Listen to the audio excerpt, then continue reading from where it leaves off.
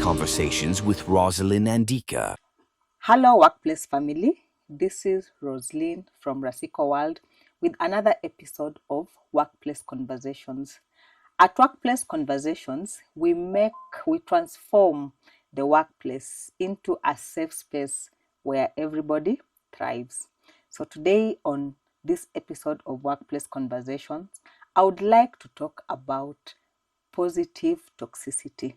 We have heard about toxic workplaces, and we have had so many experiences. But today, I want to highlight one element of a toxic workplace, and that is positive toxicity. Remember, not all positivity is healthy. So, what does positive toxicity actually means? It means that positivity is overemphasized or positivity is forced on employees. So how does positive toxicity harm the workplace? It harms the workplace because when it is overemphasized, it becomes harmful rather than being helpful. And there are three types of positive toxicity, and I will explain each one of them. The first one is superficial positivity, and this is when employees are expected to smile and stay positive even when facing valid concerns. So you are told, like, always maintain your smile. You know, there are workplaces that even teach people how to smile. You know, you can fake a smile like, yeah.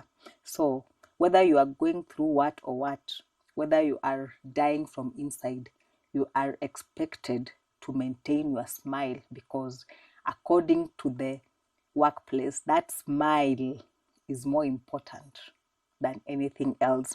Then we have invalidating real feelings. This is dismissing frustration, stress, or burnout with phrases like "Don't be negative," maintain positivity, just look on the bright side. So you are being asked to look on the bright side where actually inside it is very dark, or you are being told to focus on the positive only, whereas probably the positive is 1% and the negative is 99%. So that it becomes invalidating real feelings. And then we have the third one, which is toxic optimism, where we are overlooking genuine problems under the guise of keeping morale high. So you are actually overlooking genuine concerns, like I could actually be sick, but we are overlooking that just to maintain positivity. So how does positive toxicity actually become toxic? It becomes toxic because we are suppressing authenticity. People feel that they can't express challenges or struggles because, after all, you are being told to look at the positive side. After all, we are being told to maintain that smile. So you'll be smiling, whereas in the inside, you are actually having so much. That's why we've had cases like somebody was actually smiling for us today, and then when we come tomorrow, we hear that the person passed away, or the person is hospitalized, or something has happened, the person committed suicide, something just happened. It's because they were suppressing their real emotions because they have to remain positive. Positive toxicity also blocks problem solving because issues aren't addressed. After all, you've been told good vibes only. So if they are good vibes only, it means all other things, all other problems will be suppressed, and actually we will be walking around with so many problems that we can't solve because we are being told good vibes only, positivity only. And then positive toxicity causes burnout in employees, because you have to carry the smile all day, but at the end of the day, your real emotions are being suppressed, and that results to having burnouts, having tired employees, because instead of taking breaks or asking for help, we are supposed to maintain a positive outlook. So let's give some examples of positive toxicity and how it happens at the workplace. For example, your supervisor telling you, "We don't complain here, we only celebrate wins," while staff are being overworked. You have to work. I remember me sharing a story of how I had to come to work, for example, by 7, start working and work through maybe to 3 or 4 a.m., 4 p.m., sorry. And I am tired, I am worked out, but you have to maintain that smile, you have to maintain that. So in the inside, I'm actually very tired, I am actually all these things, but you are being told by your supervisor, don't complain.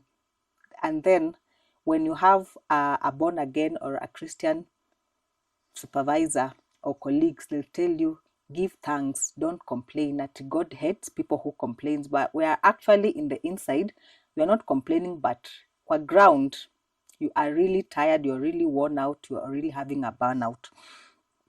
Colleagues, another way of an example of this is colleagues shaming someone for admitting they are stressed, saying, "Stop being negative.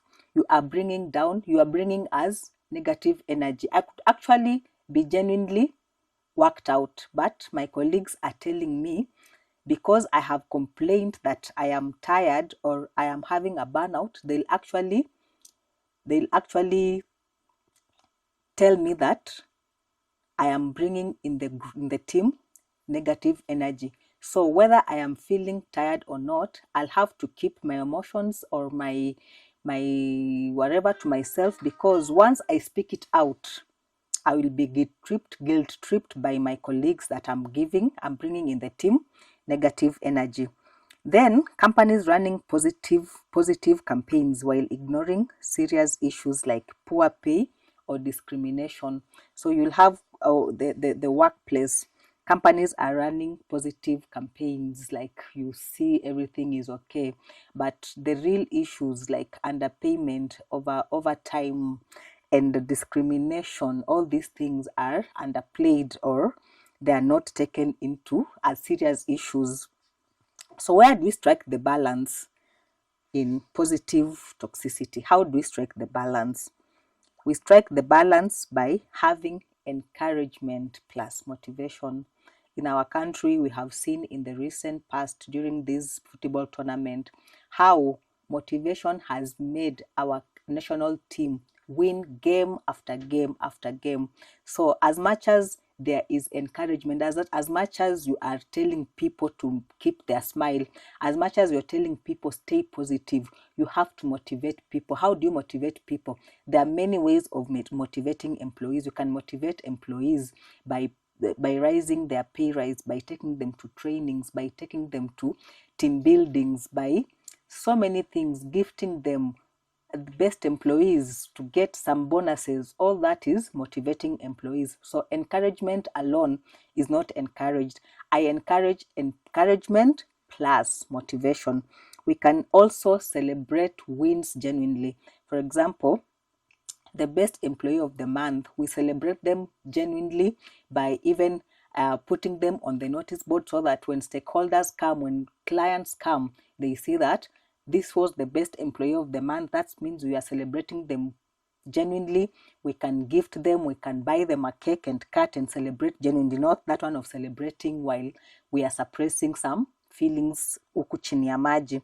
Listening with empathy, walking a mile in the employee's shoe, not listening just to pass time, but listening with empathy, walking a mile in the employee's shoe, so that the employee actually knows that the company cares for them.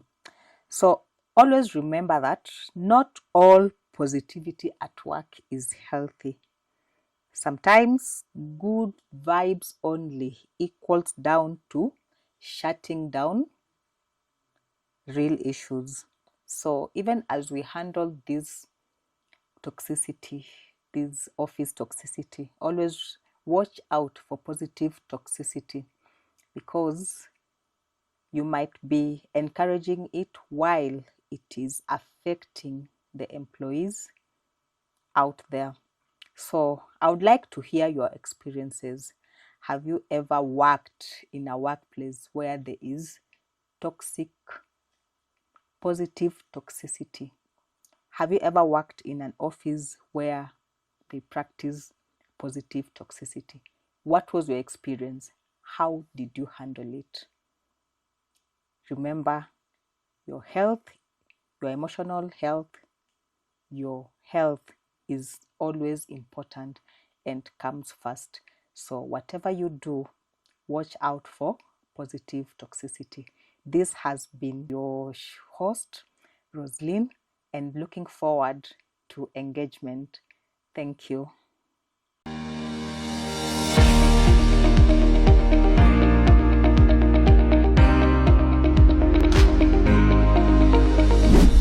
This is Workplace Conversations with Rosalind and Dika.